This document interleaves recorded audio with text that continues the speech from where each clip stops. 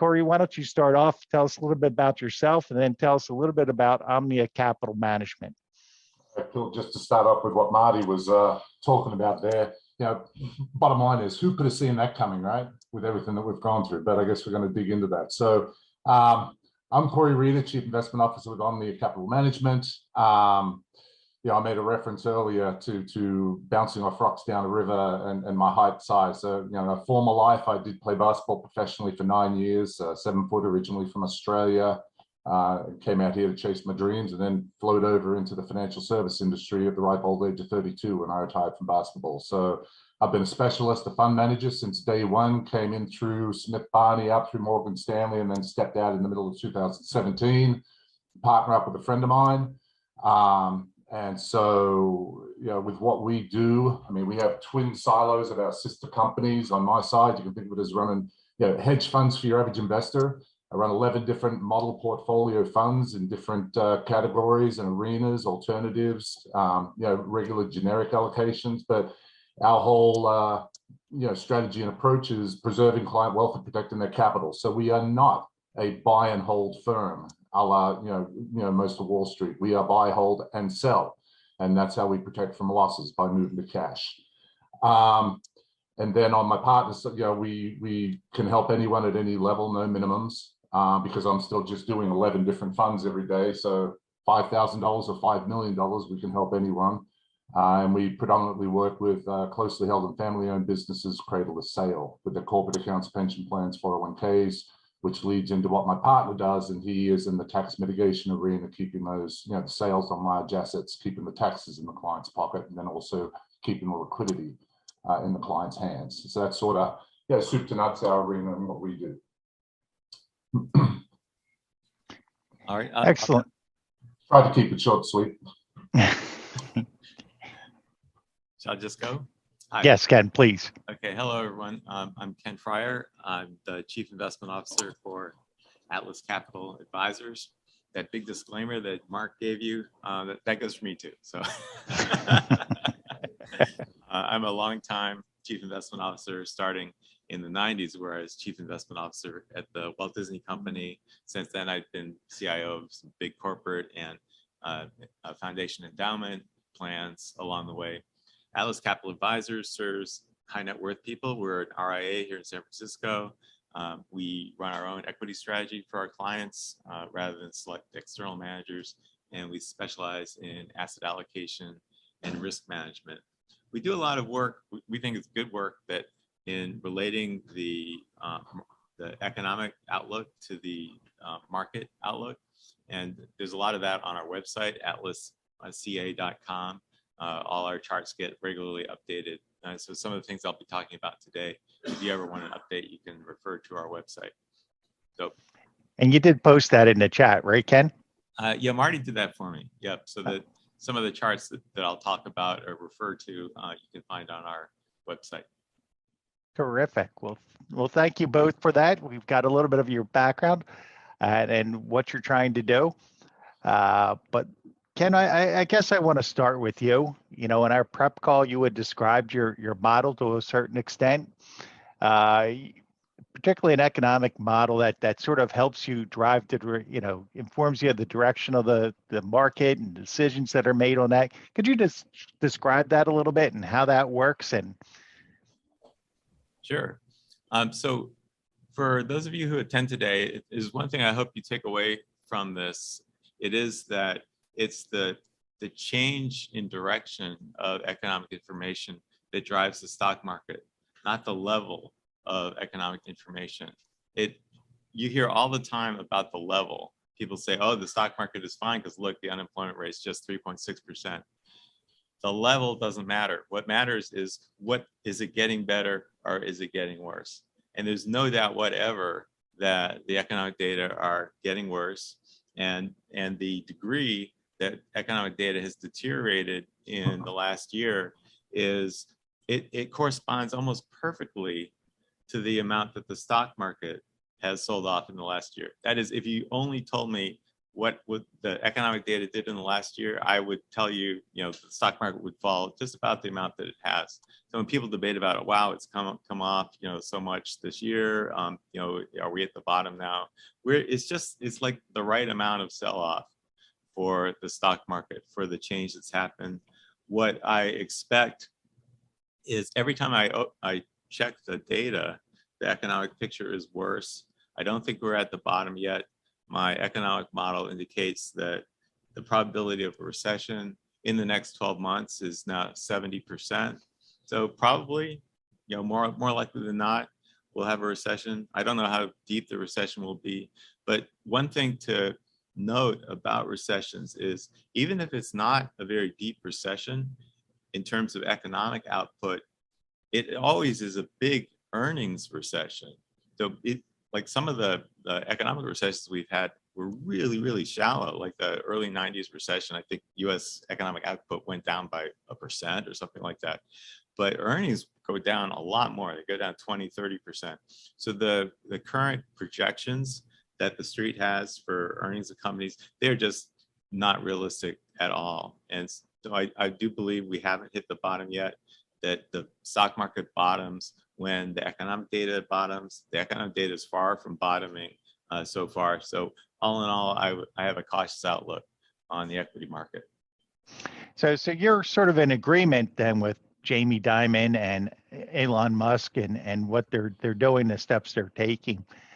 So talk to me a little bit about how that translates to your people that you're advising and your clients, and what are you suggesting to them to what they should be doing to brace for that. And Cory, I would like you also to jump in here because you have some interesting thoughts on this topic too. Cory, do you want to start?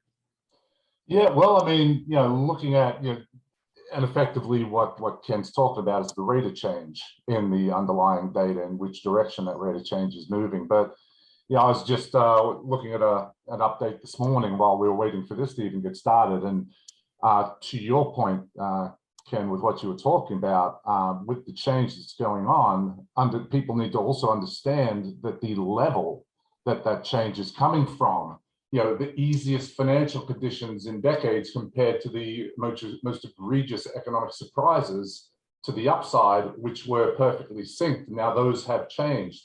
Financial conditions are tightening, and economic surprises are becoming negative and heading in the wrong direction.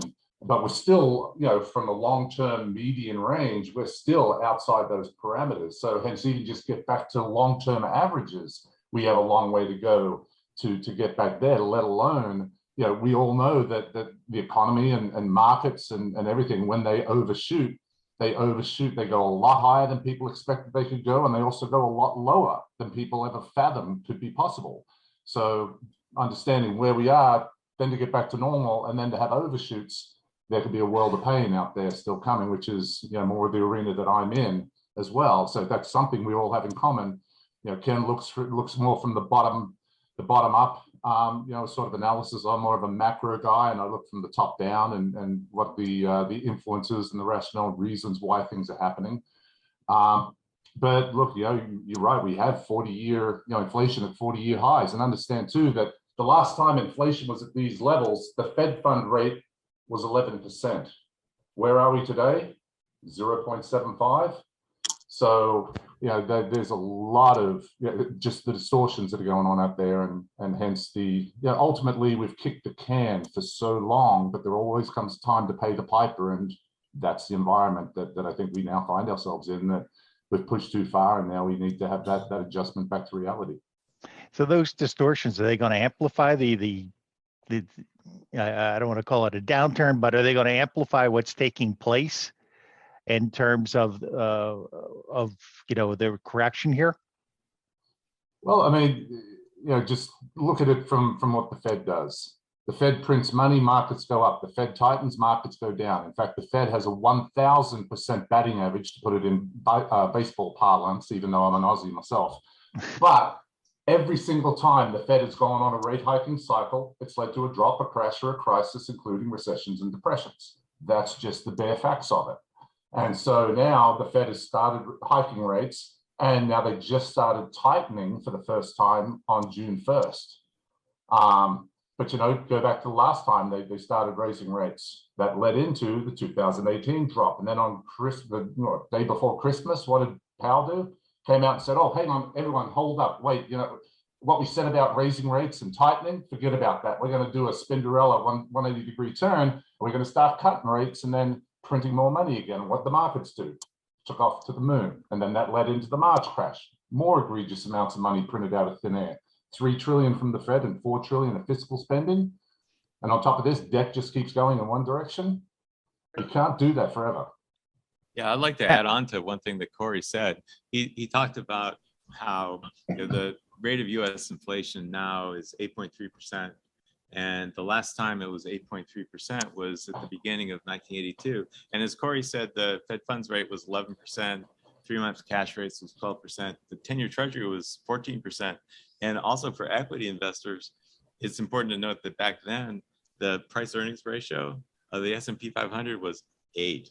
So, and it's 21 today. So there's like dramatically different. So why is it that we have 8% inflation now, and we still have a rich stock market, we still have low yields, when an 8% rate of inflation in 1982 meant we had really high yields and we had really low price earnings ratio? It's about, I believe, the credibility of the Fed. By the early 80s, the Fed had lost its credibility. People saw that the Fed did a terrible job in managing inflation. And for 20 years, in the 60s and 70s, the Fed just let inflation get out of control. The market did not believe that the Fed could do it, like the Fed could manage inflation. And so market prices reflected that. The reason that we can have this very high rate of inflation and such still low yields and such rich equity valuations in a market like this is that the Fed has still that legacy credibility built up painfully over the last 4 decades. The Fed can't lose this fight. The Fed has to bring inflation down because that hard run credibility is on the line. And so one way or another, I believe the Fed will cause inflation to come down, and the most likely and the sort of the most direct course for them to get inflation under control is to let the economy slide into a recession. Well, in fact, that's what they're gunning to do. They want to create a recession because nothing fixes inflation quicker than a recession. Right. So, and that's exactly, I mean, that's, it's odd, but it's frequently the case that the bond investors, they live like in a completely different world than stock market investors. It's like they're on some different planet. Because if you're a bond investor, you're comfortable with 10-year treasury yields being at 3%. But you could only be comfortable if you really believe that the economy was going to slow down and the Fed wouldn't really have to tighten rates much. But if you're an equity investor, you still think that earnings are going to grow 10% year on year on year on year. But that's an insane belief if you believe a recession is going to happen, which is what bond investors believe. So there's this disconnect between the outlook of equity investors and the outlook of bond investors, which happens more often than it makes sense it would happen. You'd think they'd be in some kind of consistent world, but they're not. Well, you know, and to that point, Ken, you remember the old adages: bond traders are the smart money, stock traders are the dumb money, because the bond traders, when they're placing their trades, they have to account for future terms of years of what they're allocating capital to, whereas equity investors are momentum chasers. So, you know, it's a lot shorter time frame that stock traders are looking at as far as getting a return today, as opposed to bond traders that are like, well, how are my placed bets going to be affected over the coming years? And generally, as we've always seen, bond traders always tend to be right over the full course of action.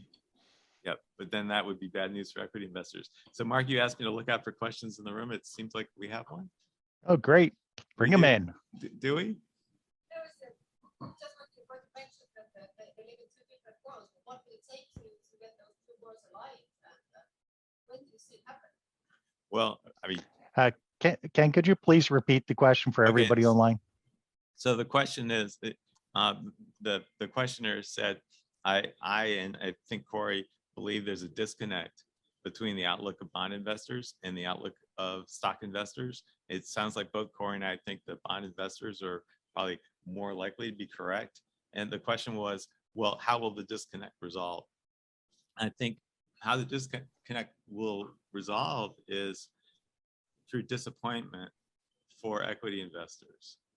Equity investors realize that their hopes for continued very strong earnings growth can't be realized in an environment where economic growth is going down, and they'll have to reprice. Equity markets will catch down to credit markets. Yep.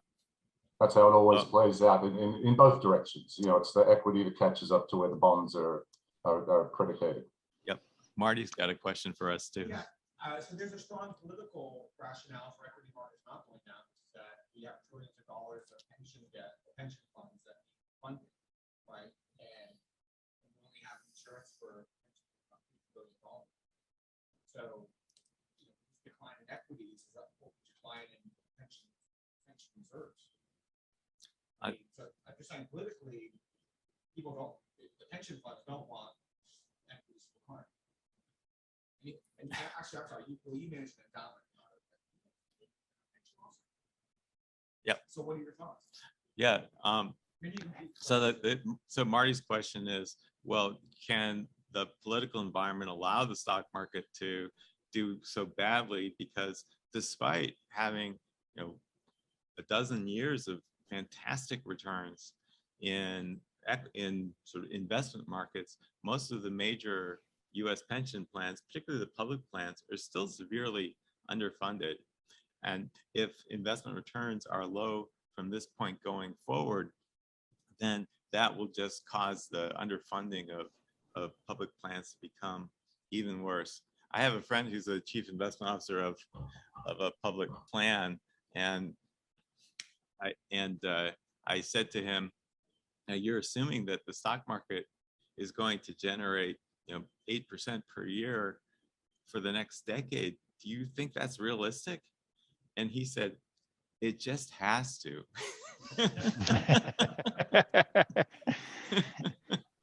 Rarely do markets do what you want them to do. It just has to. I think that's sort of the mindset that I mean, the people who run these public plans are, I'm an advisor to one of them. They're sophisticated. They understand this is really a terrible, particularly the beginning of this year, probably like December 2021, will probably go down in financial history as like one of the worst possible starting points for investing in anything. Like there's in the history of finance, there's these singular points that are really terrible starting points, like March of 2000 or October of 1929. You know, so I think December of 2021 might end up, you know, being like that, just to add to the cheer today. Well, and that's why that's why it's called the mother of all bubbles, because it's not just stocks, not just bonds, not just real estate, not just everything. Debt. It's everything across the board. Yep. And we've just started to see the first beginnings of adjustments back to reality in all different asset classes. I mean, we could go down to all sorts of rabbit holes and tangents in any of those different arenas, and they all have, you know, similar outlooks. Ken made the point that the Fed's credibility is on the line here, and in our prep call, Cory, you made the comment of, you know, the Fed is the cleanest dirty shirt in the hamper. Which we were comparing the Fed to other central banks throughout the world at the time.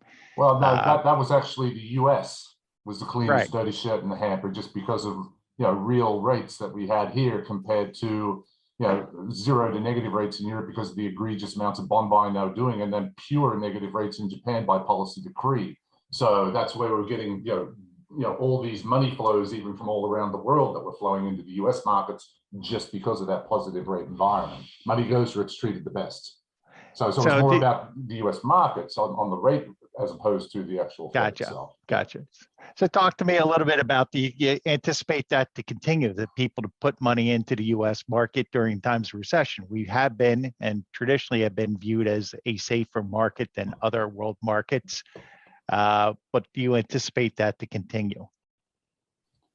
Well, I mean, I guess that's always a relative term and a relative bet as to, you know, when you're expecting things to go down, you know, with what we do, it's like, why be invested at all? Why not sit out and avoid those downturns and those losses? You know, when people say, well, if I get into this defensive stock, and it only goes down 15%, whereas the tech heavy goes down 30, 40, 50, whatever, then that's a win. But, my view is, well, why go down 15%? Cash is a perfectly good alternative. So overall, I have a different approach and mindset to that whole equation anyway. But, I don't know, it's a tough call.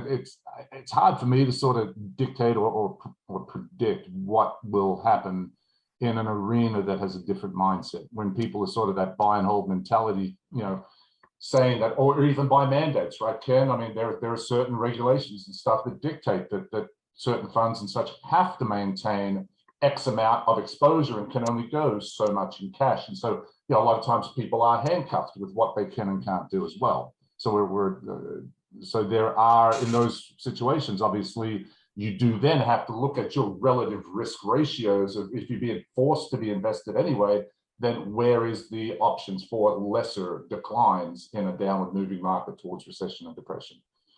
I just said the dreaded D word. Is that a possibility? Was that a Freudian slip? Ken, are you going to elaborate? Yeah. Sorry. Mark, there's a question in the room. Sure.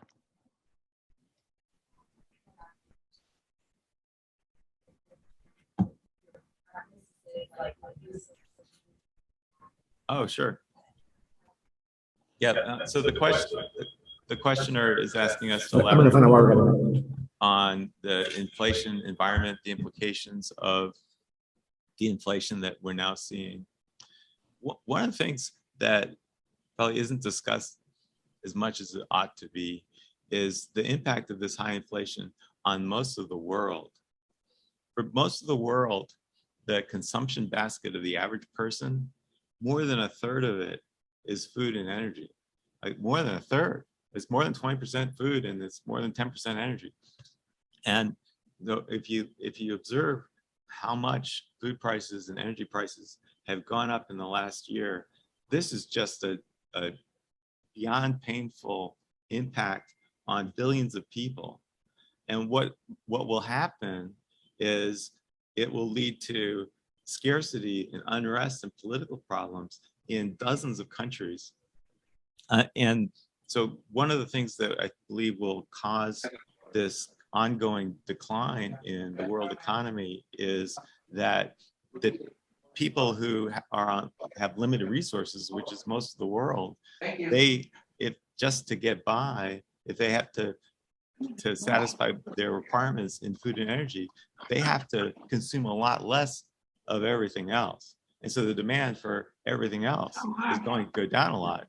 And so if you're in the business of making anything else, then your customer is under pressure and your sales are going to be under pressure. And so the consequence, I believe, is this inflation is going to flow through to the demand side for things that aren't food and energy. It may be, it's hard to judge and predict these things. It may be that we're peaking on inflation because the force of this decline in global economic growth is a strong countervailing influence. So we may not get much higher than 8% year-over-year inflation in the US. But while it stays as high as this, while people who have limited incomes are having to make really painful choices about, well, since I'm spending so much on food and energy, what am I going to not spend money on? I think there'll be this downward pressure on global economic growth. Oh, it was interesting because, I'm sorry, they asked another question. No, I think that Marty invited Cory to elaborate on that too. So the influence of inflation on the global economy and markets. So let's just, I guess, bring it back to basics. Think about from the high level. Everyone knows about the US debt. So we went from 10 trillion to 20 trillion under Obama, then from 20 to 26 under Trump, then from 26 to north of 30 now so far with Biden. It doesn't matter. People say there's two political parties in the US. Well, if you look at the debt construct, they're all doing the same thing. So yeah, that's as much as I'll say on politics per se. But thinking about, it's not just at the governmental level, at the federal level. It's cities, it's states, it's municipalities, it's corporations, it's families, especially now considering the inflation. And Ken's seeing these numbers too. You look at the revolving debt, credit card utilization has skyrocketed. So not only is inflation killing people, savings rates are back to long-term low levels. People are living beyond any previous examples, beyond supporting their life on debt and on credit cards. So you have all this additional impact. But thinking about all those debt levels, and every country around the world has been doing the exact same thing as what we've been doing here in the US, and that is just pushing that magic money printing button and printing money out of thin air and loading on gobs of debt. Now think about rates. Think about the interest payments on that debt. As the debt itself has gone up, your interest payments, which is just sucking the life out of any economy to start with, because money's going to pay debt and not going towards new capital investment and growth and expansion. And now you raise rates. So now, as all of these people, whether it's a variable rate loan or they have to roll their debt into new loans, everything across the spectrum and around the world is being done now at higher interest rates. So how much more is that sucking available capital out of the economic construct? So, when you look at that from the top level down, I understand, just think about it, your own personal household. Can you forever layer on more and more debt and maintain a sustainable, livable construct? So that's that point we're at. And with inflation out of control at 40-year highs, how much pain do we really need to go to, and how disconnected from true economic fundamentals are we really? And since 2008, all the economic growth that's occurred has been through the issuance of debt. You take debt out of the equation, we actually have zero to negative true organic economic growth if you didn't have the debt to finance everything that we've just kept layering up. So just puts a little bit of a reality check on things. And I think that also impacts, what's happening with our overall debt rate in the U.S. We might have $30 trillion today, but how quickly is that going to increase with inflation rates rising? I think Marty has a question. I just wanted to kind of bring it all together, which is that, Cory was saying that for a long time it's looked a certain way, and now it's all kind of collapsing, right? So either there's like go to a Broadway show, they have the opening where they play music for a long, long time, right? That's where we're at. But I think we're just at the beginning of all this, right? I think you kind of mentioned it, because when if you look at it, it's like dominoes. There's dominoes everywhere. They're all going to fall, right? You talked about emerging markets. It's not just that people have a lot of money that goes towards food and beverage and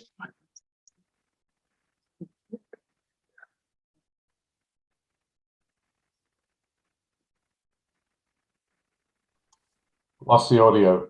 at the same time as you service. I don't think that our other panelists can hear Marty, but sort of Marty is just adding to the sort of negative outlook, talking about how we're not at the end of it and it's going to be like dominoes falling. I think to some degree that we can observe that in the US stock market, that there's sort of an order of attack in this sort of ongoing or emerging bear market. And what got attacked first were the unprofitable growth companies.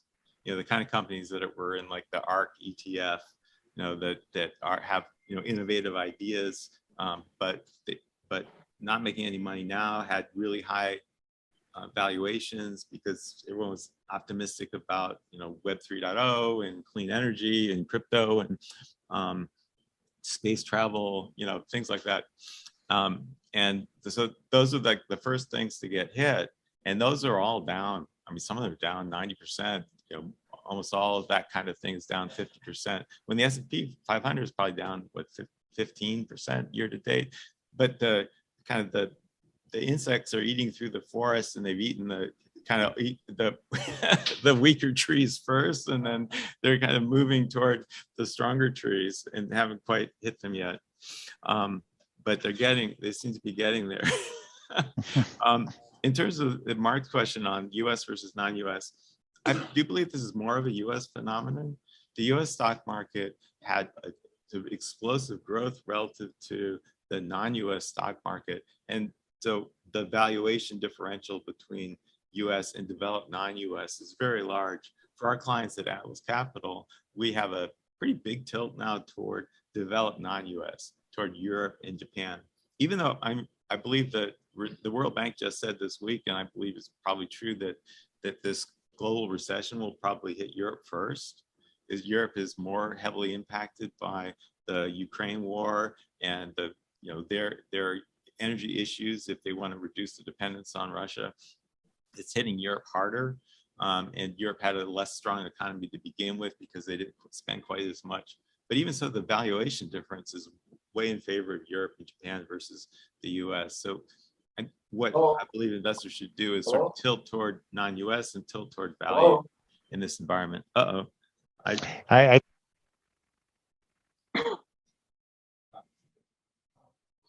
Sounds like maybe he was trying to get on the I phone. think Gary was answering his phone there.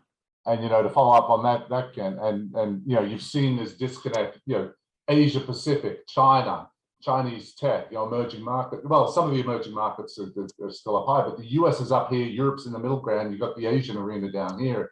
And to your point, the non-US allocations, with our international exposure, we've gone heavy into China, China tech, Asia Pacific, BRICS, and they're still, they came up above technical buy levels and we got in and they're still running strong. We locked in a 10% run on Brazil just 2 days ago, I think it was, for that portion of the allocation. So, definitely the opportunities, even from a tactical, shorter term perspective, no markets outside of anomalous situations like March of 2020 where things just dropped out and 29 and there are events where the bottom can just drop out. But that said, bear markets do not go down in a straight line. So, the dot-com bubble, there were 20 and 30% bear market rallies or dead cat bounces that occurred. So there are tactical opportunities at times to get in for shorter term holds. But as you sometimes hear the term, rent, don't own, which just means if you're going to look at those tactical moves, then, don't necessarily believe that getting in and seeing some performance is going to hold over the longer term. But from a valuation standpoint, absolutely, Ken, there's such a huge discrepancy between different parts of the global marketplace. And Cory, how do you take advantage of those little short-term rallies, if you will? How do you identify them, and how do you? And I'm not asking you to give away the magic keys to your funds and stuff, but maybe just on a high level to give somebody comfort. It's just, like I said, from day one when I came in the industry, my friend who I came in under, he was a 25-year veteran fund manager, but he was always, prior, he was using mutual funds, and then he moved into ETFs in 2004. So my exposure and experience has always been from the top down, from a broader macro index level. So, I keep an eye on what's going on with earnings and individual companies and so on. But, we don't dabble in individual stocks or bonds. So from that standpoint, everything, you can think about what we do as sort of a momentum strategy. We have buy and sell triggers. So, we drop below certain levels. As long as we're below those levels, we're sitting in cash on those positions. So hence, seeing the decimation that occurred in China, in some of those Asian arenas, seeing the huge drops that had already occurred, and then technical analysis and everything that comes in, long-term support levels, it was just a logical area to start looking and getting interested, and then just waited for the buy trigger to hit. And so, understand we are a very active strategy. So we could buy one day and we could sell that exact same position 2 days later if it reverts and crosses back through its a sell threshold. So we are very tactical. We're very, strategy driven. When you have a strategy, you got to stick through it, through the good times and the bad. We're not going to knock the ball out of the park to the upside, but we're absolutely going to, focus on preserving and protecting, especially when you consider full market cycles, which we have not yet. 2020, that, they call that a recession. Remember, we were in lockdowns, the economies were shut down, yet markets were storming out to unbelievable new record highs. That wasn't economic fundamentals driving that. that was the almighty free money that was being printed by central banks, and that's why I stick to the the assumptions and directives that it's the central bank that ultimately controls everything. So and the Fed will hike. They will keep going until they break something, and when they do break it, then they're going to have to do a 180 and flip the other way. Markets stop panicking when central bankers start panicking. Think about that. Right. You should buy when the Fed starts to ease.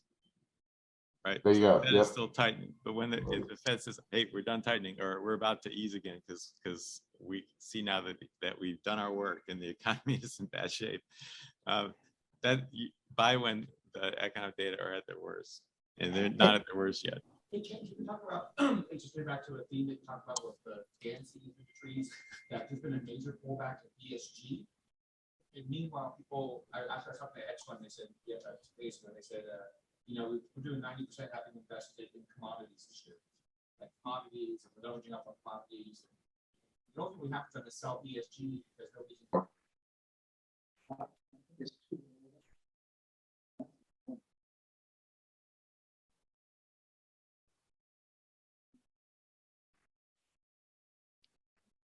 Yeah. So the question for Marty is about ESG in this environment, and sort of, I guess, the maybe inherent conflict between ESG, which often for investors means I want low carbon exposure in my portfolio, and what made money this year, which more carbon exposure you had this year, the better you did. So there's that kind of inherent conflict. What we do with our clients at Atlas is we basically make it be the client discretion about whether they want to have an ESG influence in the portfolio. People ought to be able to express their values in their investment decisions, whether that will be profitable to them to express their values, to say exclude carbon or have tilts toward better practices in ESG. There's a lot of academic literature on both sides about whether ESG tilts on average are helpful or are not helpful. We're a bit agnostic on that. We rather just let the client make the choice about whether they want to have ESG or not. One of the things, the recent research up until last year, having an ESG tilt in an equity portfolio would have been really profitable because the scoring for ESG tends to favor large cap companies and sort of clean or service or tech kind of companies over smaller companies and industrial companies. The large versus small gap mainly is because large companies have the resources to manage their ESG profile and report out to these ESG advisory organizations more than small caps have. But the sort of industrial versus service, it should be obvious. Up through last year, what was winning in the stock market was large cap tech. And so stocks that had good ESG scores also had good performance. But and academics said, well, there you have it. If it's good ESG, then you even make money and you avoid the companies you don't like. But that's been turned on its head this year. And so if you did the paper just for the last 6 months, you'd have a harder time arguing that case. Anyway, I've gone on enough of that. Cory, do you have comments on? To me, the whole ESG is the latest fad in the industry. Ken, you've been around long enough, and Mark, you've been around long enough. All the previous fads that we went through, or socially accepted things, renewable energy, solar, wind, everything else out there, and each iteration of these things that whether you want to call it the socially conscious arena of investing, when you actually look at the performance numbers of each of these arenas, they've tended to be the ones that heavily underperform everything else. So understand that dichotomy, that just because someone is interested in being socially conscious or whatever the soup du jour is that's being sold through a certain period in the markets, that it's not always going to be in line with what your client's actual performance expectations are. Everyone's in the markets to grow their wealth and hopefully hold on to their wealth. But so then part of that conversation comes down to understanding from a historical perspective on these sorts of arenas of investments that they tend to heavily underperform, or they have these, as Ken was just saying, they have these bubble moves and then collapses and gives it all back again. So can you really claim that ESG was the new wonder investment when it just dropped 90% and gave back everything they claimed fame to in the previous bubble cycle? So just do your research and look at other arenas that were in a similar vein over the history of the markets and just do some comparatives. And I mean, we don't do anything that's specifically focused towards ESG. We're ultimately, looking to grow client capital and hold on to as much of it as possible. And clients can pick and choose through the different funds we offer that align with their own perspectives or desires. Terrific. Ken, I want to ask you, Cory laid out a few minutes ago his sort of philosophy towards investing, particularly about, on down markets and how he tries to ride the rallies, put money in cash, things of that nature. I think you have a little different approach, and maybe if you could just sort of describe your philosophy as to what you did, and particularly how you responded to the latest market data. Yeah, thanks for asking, Mark. So at Atlas Capital, we were worried about the outlook. We particularly were worried at the beginning of this year. And so what we did for clients was a function of our degrees of freedom that we felt that we had in moving client assets.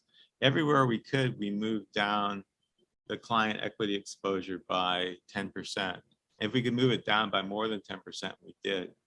We also stripped out all credit exposure. So we dumped high yield, preferred, loans, anything with credit exposure, we dumped for clients at the beginning of the year. And we what was not in equities, we basically put into like short-term governments and investment grade. Our view, which I think Cory shares also, is that this is more of an environment to just try to avoid losing money. You lose less than you otherwise would by being safe. We have mostly taxable clients, and so for our managing money appropriately for our clients, we don't want to have a lot of turnover. We don't want to realize a lot of gains. We rebalance only quarterly, and so we're not as active in changing client balances as it sounds like Cory is. Instead, we make a choice once a quarter. Do we like the outlook for equities or not? If we don't, and we don't right now, it will be on the bottom end of the range. Then within equities, what do we favor and not favor? What we favor in equities is develop outside the US and value. So move all client assets there, but it's not like an active trading. It's just, that's what we hold for clients is a longer term view. Yeah, a longer term view. And if it's outside of equities, we look for the highest yield thing that's working, or that has a positive trend. Right now, there's almost nothing in yield oriented asset classes is working, except MLPs. We have some MLPs for clients. But other than that, we're just being really safe right now. So that's our approach. We're trying to have low turnover, but just be on the right side of where we think things are going to go. Well, I want to thank you both, Cory and Ken. Absolutely phenomenal job. And, you gave a lot of insights, a lot of information to people about how they should be thinking about this economy. I wish we had another hour because I have a whole list of, what about commodities? Should we be thinking about them and crypto and a little more delving into those things? And I don't want to go there right now, but I would like each of you to just take a sort of a 1 minute wrap up to today's and maybe your final point on the day and what people should be doing.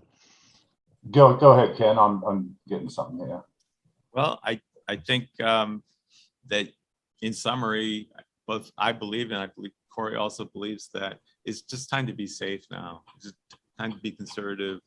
There's worse to come, and so preserve your assets because you're going to have really awesome buying opportunities sometime in the future.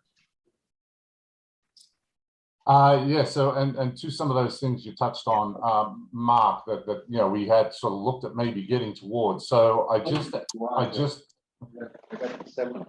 Hey, Gary, Gary. can you move? There you go. Beautiful. There you go. So I just posted in the chat room. Oh, gosh, hang on. Give me a second. Just got to link into the actual. So what I'm doing is I'm posting in. I do quarterly updates every quarter. I do a lot of charts and graphs. I show people the reality, what's truly going on behind the scenes and below the surface, and then I let people's own lying eyes tell them their truth as to what they see of what's going on. But we run 11 different funds. So it's conservative, moderate. We got 2 aggressives, US and international, long, short, contrarian. We got an S&P managed, but then there's cannabis, commodities, Bitcoin, Ethereum, and precious metals. And so about the first 2/3 of that the market update is to the economic and market data. And then the last third does touch into each of those arenas. So I do give some insight and scope on, Mark, with a couple of things you mentioned there with Bitcoin, precious metals, and cannabis and such, with potential opportunities and benefits and catalysts that may lead to some changes in some of those arenas. So, for people who do want to delve into, some of the things Mark had mentioned, I do have some of that information in that market update. So hopefully that's helpful to you all. That's fantastic, and thank you for doing that. Again, I just want to thank our panel, both Ken and Cory. And Cory, I just want to clarify, when you spoke about the cannabis market, you were talking about in financial, right? Not consumable. So once again, both will ease the pain, I suppose. No. Well, hey, it depends on where you are as to whether it's legal or not, right? So I'll let people make their own decisions on all that. But as I said, all the investing we do is through ETFs. So even with the cannabis exposure we have, they are through cannabis ETFs, and so hence, they are everything that's tradable through the public markets is what we trade in. So the stuff that we buy and sell is available to everyone out there. It's not any specialized private, as Marty said at the beginning of things, we're not doing private allocations or off-market stuff. It's all public traded ETFs that we utilize for the underlying funds and strategy. So look at they both of them put up some charts and the analysis. Be sure to click on those, go to their site, subscribe to their outlooks. You'll get that on a regular basis. Marty, I'm going to flip this back to you. I'm very much looking forward to the next panel with Gary, Blake, Danye, really super terrific people, intelligent, talking about manager selection. So great thank job. You, and Marty. I could have Ken and Cory hang on for 5 more minutes as we get to the next panel. So, but great job, guys. Thanks so much. So, one of the questions I had, which I wasn't able to ask of Cory and Ken, was, so obviously there's a lot of parallels to 1982, but 1982 was not as sophisticated a period as today. They didn't have all this computerization, lots of data, and they couldn't measure things in real time. And I was wondering if it's a similarity to 2008, because in 2008, and this is relevant to the next panel on manager selection, distress became huge. As secondaries also were huge, especially in the Silicon Valley area, right? With there was a lot of issues with secondaries, people buying out other people's venture capital stakes, private equity stakes, et cetera.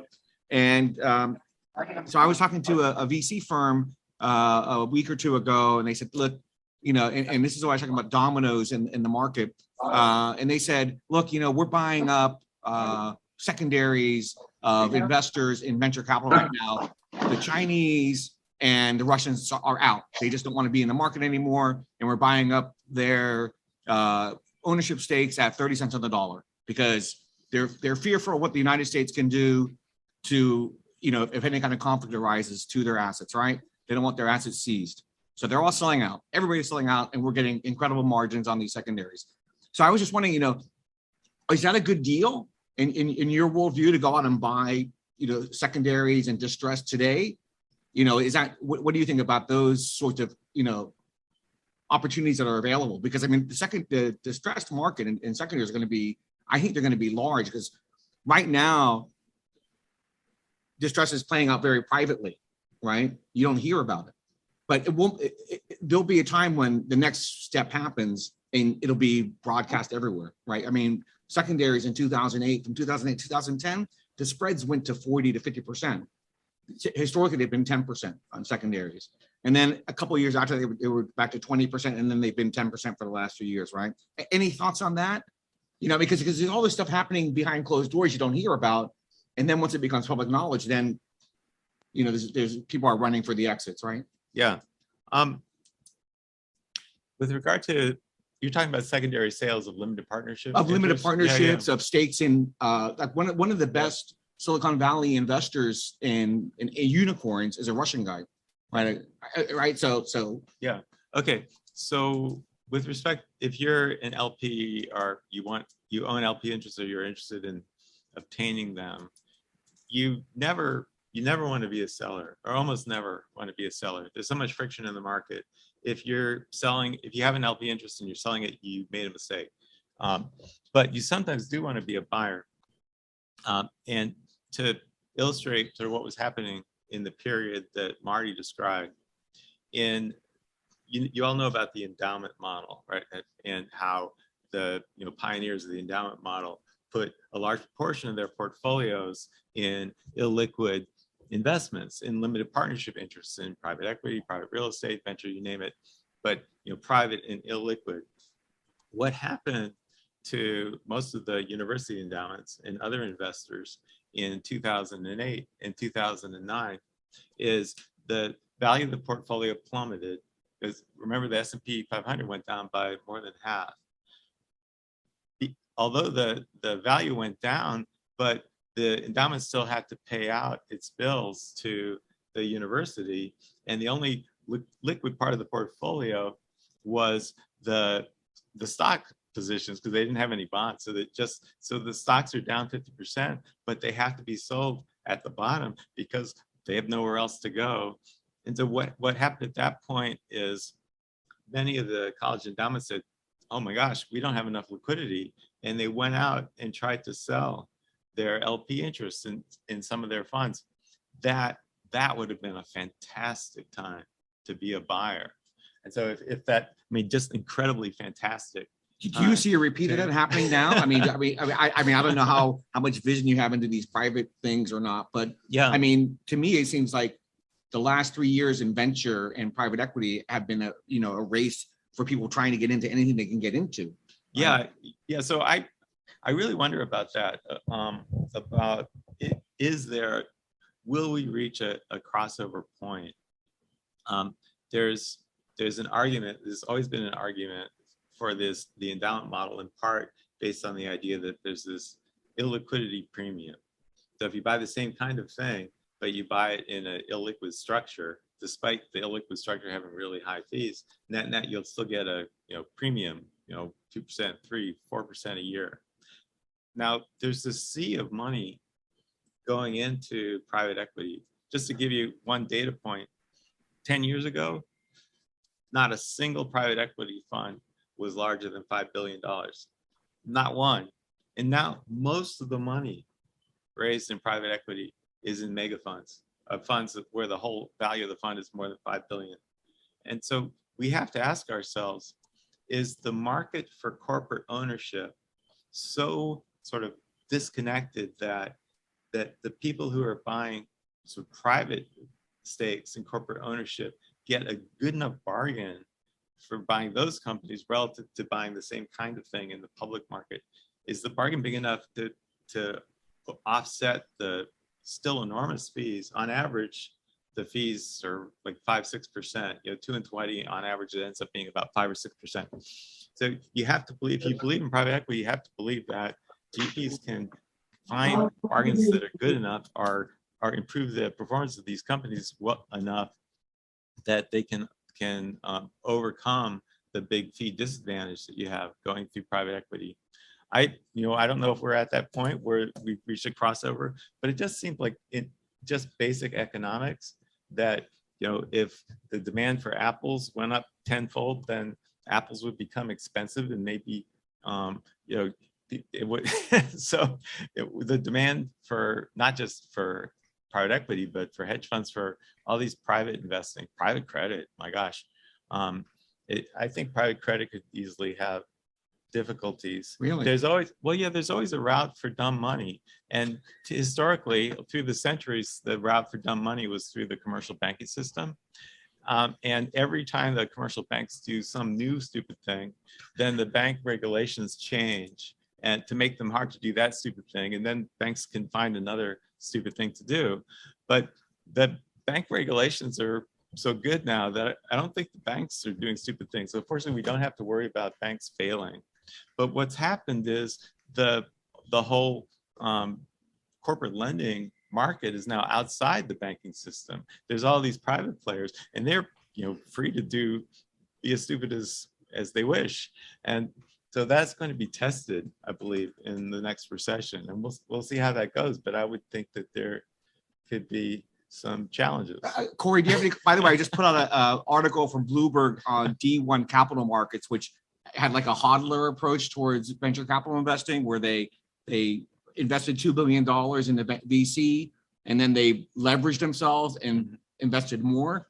And I think it's a famous kind of Bitcoin approach where you buy Bitcoin and then you borrow money to buy more Bitcoin. So anyway, Cory, any thoughts? Hey. Seconds, a minute. SoftBank buying WeWork was a raging success, wasn't it? Right. So JP Morgan Chase is at the bottom of this hedge fund. Like JP Morgan Chase lent them the money on their private assets. So banks are still involved on that part. So and look, I mean, we just keep recirculating, regurgitating the same stupid stuff we've done before. I mean, everyone's seen the movie The Big Short, and what was the big item or derivative of constructing that? CDOs, but not just collateralized debt obligations. They were CDO squared, as was famous. And then they said, I'm going to short that F out of everything that guy's selling. Of course, what do we got today? Collateralized loan obligations. Well, loan, debt, loan. Is there really a difference there? Obviously, right, the CLO market is market, massive, right? It's like it's $3 big. trillion. It's nowhere as big as what the CDO was. So they say, well, it's not as much of a threat. But the problem is we already established it's a bubble in everything out there, and it's the best of all this money that's just flooded in everywhere. Now, we are very active in the M&A arena, obviously, with my partner's side and mitigating taxation on these large asset sales, on these buyouts and mergers and everything else, to the private equity arena. Think about it this way. Private equity, they are funneled all this money from investors. And now they've got a mandate. It's like, you better go out and spend that and find something to invest my money in, or I'm going to take my money back for you. And so Head says with bubbles and everything else, bubbles in valuations of companies have been off the chain. But private equity is still buying them, because if they don't spend the money on something, the investors are going to take the money right back anyway. So they're being forced to buy these companies at these ridiculous valuations. So once again, it's across every spectrum out there, and all the money that was added to the system that blew everything up to these astronomical levels. What happens when all that money goes in reverse? Once again, everything gets hit, everything gets adjusted lower, regardless of the arena. And that's why the markets have become such a untradeable, nothing's working, right? Bonds are losing value, stocks are losing value. Where's the safe haven to go? Maybe we have the answer. That's cash, but yeah, it's very interesting. And I'd love to have a discussion on cash in the future, because there's a lot of companies that have new platforms for cash management, and so we should do something on that in a future panel. But my only closing comment on this last panel is that so I think ESG. There's people are running for the X's on ESG, but I think that there's kind of a rational approach to ESG where people. I mean, right now a lot of ESG depends on unicorns. Right, like lithium production out of Ecuador, lithium out of Nevada, changing laws, blah blah blah.